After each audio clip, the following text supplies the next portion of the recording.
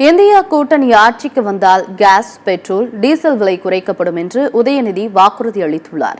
தூத்துக்குடி தொகுதியில் போட்டியிடும் கனிமொழியை ஆதரித்து உதயநிதி ஸ்டாலின் வாக்கு சேகரிப்பில் ஈடுபட்டார். அப்போது திமுக அரசின் திட்டங்களை பட்டியலிட்ட அவர், இந்தியா கூட்டணி வெற்றி பெற்றால் வாக்குறுதிகள் அனைத்தும் நிறைவேற்றப்படும் என்று உறுதியளித்தார். குறிப்பாக கேஸ், பெட்ரோல், டீசல் விலை குறைக்கப்படும், சுங்கச்சாவடிகள் அகற்றப்படும் என வாக்குறுதி அளித்தார். இந்தியா தேர்தல் அறிக்கையில வாக்குறுதி கொடுத்திருக்கிறாங்க. என்ன? Gas cylinder. தாய்மார்கள் நீங்க சொல்லுங்கம்மா, கேஸ் சிலிண்டர் விலை 10 வருஷத்துக்கு முன்னாடி என்ன? 10 வருஷத்துக்கு முன்னாடி எவ்வளவு?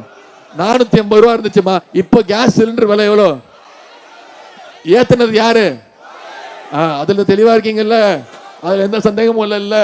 இப்ப தலைவர் அவர்கள் வாக்குறுதி கொடுத்திருக்காங்க, இந்தியா கூட்டணி ஆட்சி அமைச்சதுன்னா 500 ரூபாய்க்கு கேஸ் சிலிண்டர் தருவேன்னு வாக்குறுதி கொடுத்திருக்காங்க. அதே மாதிரி பெட்ரோல் 1 லிட்டர் பெட்ரோல் 75 ரூபாய்க்கு தருவேன்னு தலைவர் வாக்குறுதி கொடுத்திருக்காங்க. டீசல் 65 ரூபாய், 1 லிட்டர் டீசல் 65 ரூபாய்க்கு கொடுப்பேன்னு தலைவர் வாக்குறுதி கொடுத்திருக்காங்க. நம்பிக்கை